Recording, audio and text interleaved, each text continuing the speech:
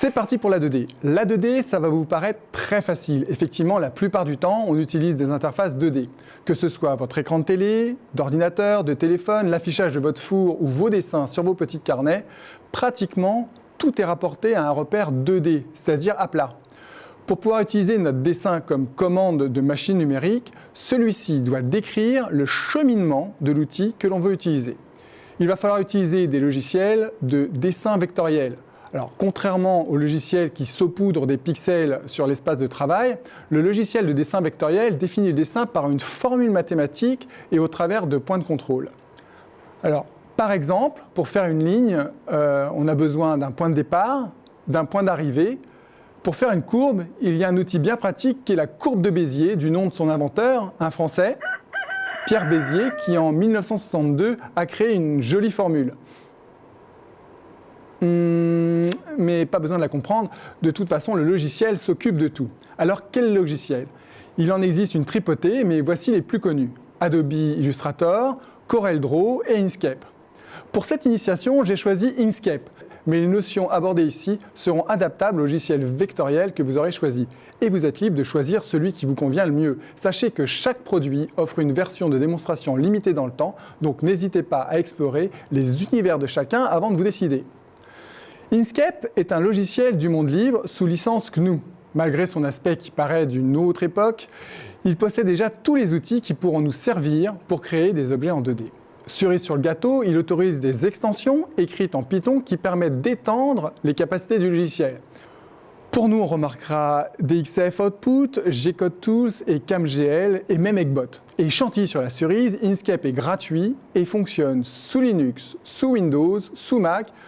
Et je ne peux que vous encourager vers la loi du logiciel libre. Sachez que la plus-value d'un logiciel est votre savoir vous en servir. Pour l'installation, je vous invite à regarder dans le texte du cours. Des liens vous aideront à l'installation et j'espère que tout se passera bien. Et généralement, tout se passe bien. Avant de dessiner et de cliquer sur tous les boutons, on va se poser la question de la finalité de la manœuvre. Demander à une machine de faire le travail à notre place. On doit se rappeler que le dessin créé avec le logiciel fournira toutes les commandes pour commander un outil. Et comme on est en 2D, on peut imaginer que ce soit une découpeuse vinyle, une fraiseuse, une découpeuse laser. Pour la découpeuse laser, l'outil fonctionne avec deux paramètres principaux, la puissance et la vitesse, et deux modes, le découpage et la gravure. Pour la fraiseuse CNC, la taille et le type de la fraise, la vitesse de rotation de la fraise ou la vitesse de déplacement pourront être modifiés pour répondre aux besoins de l'usinage.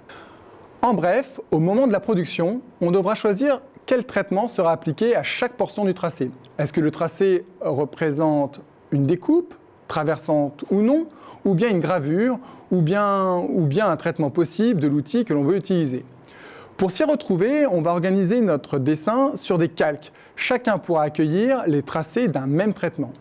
Ensuite, on gardera à l'esprit quelques impératifs que voici. Chaque tracé, path en anglais, devra être un tracé fermé. Il faut faire attention à ne pas faire plusieurs passages sur un même tracé. Chaque calque nous aidera à définir un ordre de découpe et si dans le cas de la découpe vinyle, notre objet découpé peut rester fixé au support, pour la découpe laser, il en est tout à fait autrement.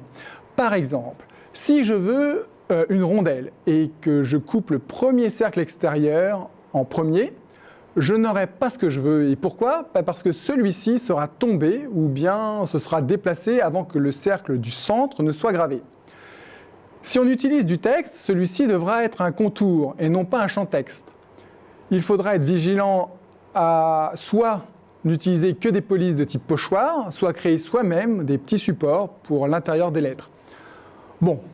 Voilà, je crois que vous avez compris l'ambiance et l'angle de vision qu'il va falloir lors de la création de notre dessin. Et assez de blabla, installez Inkscape, on se retrouve dans la prochaine vidéo pour explorer ce logiciel ensemble.